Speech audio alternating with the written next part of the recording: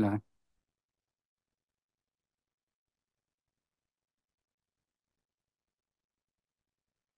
Terima kasih pimpinan. Terima kasih banyak kepada seluruh anggota Komisi 1 yang sudah menyampaikan saran, masukan, pendapat, dan juga sekaligus pertanyaan kepada kami. Mengingat waktu, saya tidak menjawab satu demi satu, tapi mencoba untuk merangkum semua pertanyaan itu karena ada beberapa esensi pertanyaan yang sama, sehingga dapat saya jawab sekaligus untuk menghemat waktu. Pertama yang agak spesifik itu mengenai soal Hambali dan soal Reinhard Sinaga. Saya sudah menegaskan bahwa eh, kasus kedua orang ini tidaklah menjadi prioritas bagi pemerintah untuk segera merepatriasi yang bersangkutan ke sini. Karena memang masalahnya cukup rumit dan complicated.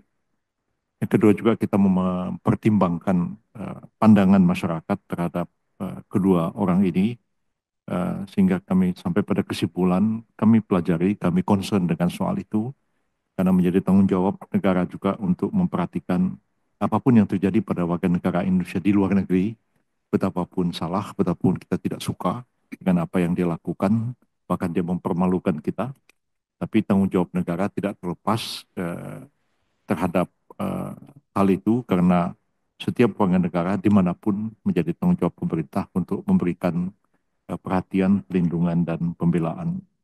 Jadi lebih banyak kasus-kasus lain yang memang perlu ditangani segera, seperti ada sekitar 54 warga negara Indonesia yang dipidana mati di Malaysia, juga di Arab Saudi, dan kami mulai ingin membahas masalah ini dengan Arab Saudi. Itu pembicaraan sudah dimulai, dan juga ini terkait dengan kementerian yang lain yang menangani pekerja migran, juga Kementerian Luar Negeri, yang juga concern terhadap perlindungan terhadap warga negara Indonesia di luar negeri. Memang dari segi pemberitaan, kalau Reinhardt sama Hambali itu memang rame. Kalau bicara soal ibu-ibu TKW dihukum mati di Arab Saudi kan nggak jadi berita itu.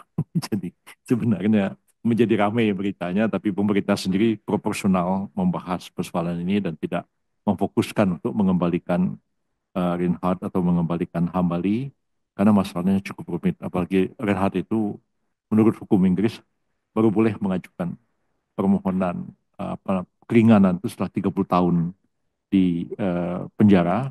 Bahkan kemungkinan kalau sekiranya ada negara minta supaya dia ditransfer, itu juga perlu waktu 30 tahun.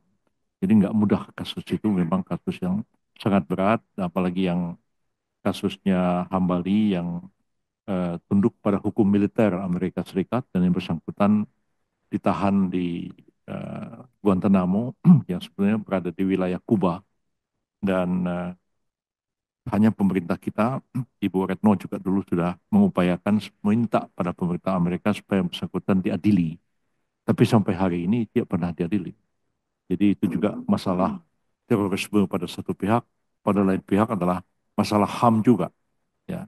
Tapi kalau masalah terorisme pada waktu itu menjadi fokus pemerintah Amerika Serikat, mungkin sekarang sudah agak berkurang, dan sudah ada beberapa juga warga negara Malaysia yang dikembalikan oleh Amerika Serikat, tapi kita belum ada satu pembicaraan yang agak rinci mengenai Hambali itu. Jadi sudah clear statement saya kemarin, ini tidak menjadi prioritas, tapi pemerintah concern terhadap persoalan ini.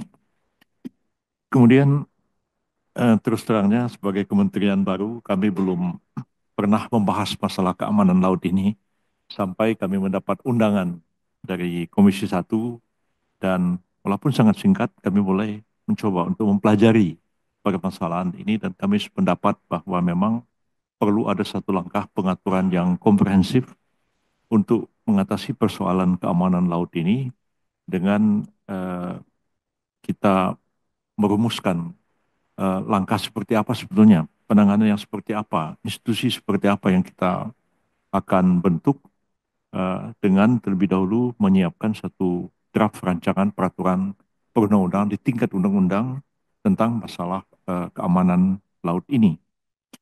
Eh, Tentu hasil dari rapat kita ini kami akan laporkan kepada Bapak Presiden, ya.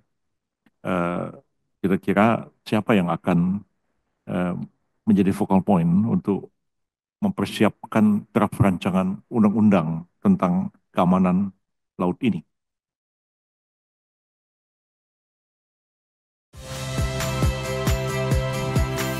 Saya Ihsan Sitorus. Saksikan program-program Kompas TV melalui siaran digital, pay TV, dan media streaming lainnya. Kompas TV, independen, terpercaya.